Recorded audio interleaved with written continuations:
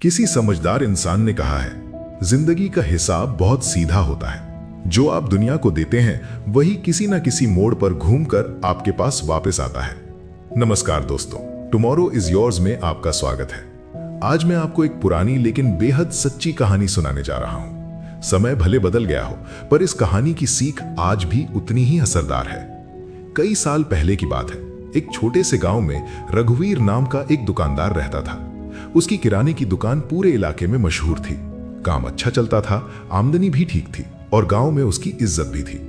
उसी गांव में माधव नाम का एक सीधा साधा आदमी रहता था। वो दूध, दही और मक्खन बेचकर अपना गुजारा करता था। हर सुबह वो ताजा मक्खन बनाता और रोज रघुवीर की दुकान पर 1 किलो मक्खन देकर चला जाता।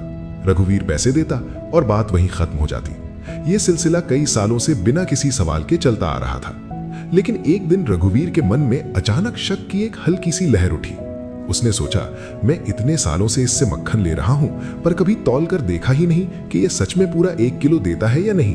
कहीं ये मुझे कम तो नहीं दे रहा। शक की ये छोटी सी चिंगारी धीरे धीरे उसके दिमाग में आग बन गई। उसने तय किया कि अब वो सच्चाई पता लगाए बिना नहीं रहेगा। अगली सुबह जब माधव हमेशा की तरह मक्खन लेकर आया, तो रघुवीर ने इस बार बिना कुछ कहे अपनी तराजू निकाली। दुकान पर कुछ ग्राहक भी खड़े थे। उसने सबके सामने मक्खन का वजन करना शुरू किया। तराजू का कांटा जाकर रुका 900 ग्राम पर। रघुवीर की भौएं तन गई, चेहरा लाल हो गया। तो इतने सालों से मुझे बेवकूफ बना रहा था, उसने गुस्से में कहा। उसने मक्खन उठाया और सीधे गांव की पंचायत की ओर चल पड़ा। गांव के चौपाल पर बुजुर्ग बैठे थे। रघुवीर ने ऊंची आवाज में शिकायत की, माधव मुझे सालों से कम मक्खन दे रहा है। पूरा 1 किलो कहकर सिर्फ 900 ग्राम देता है। सरपंच ने तुरंत पंचायत बुलाई। माधव को बुलाया गया। सबकी नजरें उसी पर थीं। माहौल गंभीर था। सरपंच ने सख्त आवाज में पूछा, माधव, क्या यह सच है? क्या तुम रघुवीर को कम मक्खन देते रहे हो? माधव ने सिर झुकाया, लेकिन उसकी आवाज शांत थी। वो बोला, सरपंच जी, मैं एक गरीब आदमी हूं। मेरे पास ना तो सही तराजू है, ना ही बाट। मैं रोज रघुवीर जी की दुकान से 1 किलो गेहूं खरीदता हूं। मेरे पास एक पुरानी तराजू जैसी चीज है। मैं एक पलड़े में वही गेहूं रख देता हूं और दूसरे पलड़े में उतने ही वजन का मक्खन तौलकर रघुवीर जी को दे देता हूं। इतना सुनते ही वहां सन्नाटा छा गया।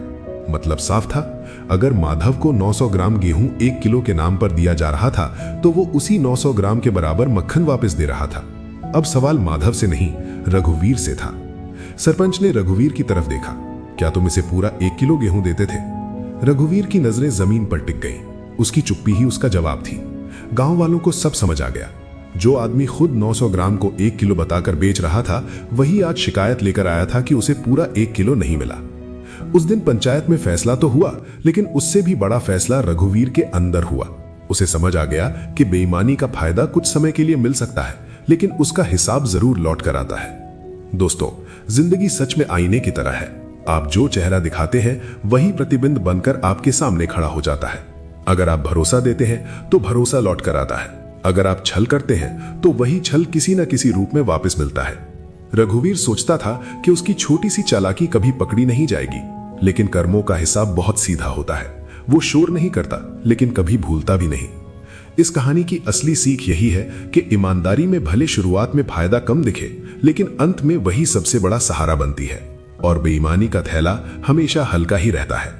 अगर आपको ये कहानी और इसका मोड़ पसंद आया हो, तो इसे अपने दोस्तों के साथ जरूर साझा करें। कभी कभी एक छोटी सी कहानी भी हमें अपने जीवन का आईना दिखा देती है। याद रखिए, आज आप जो बो रहे हैं, कल वही काटेंगे।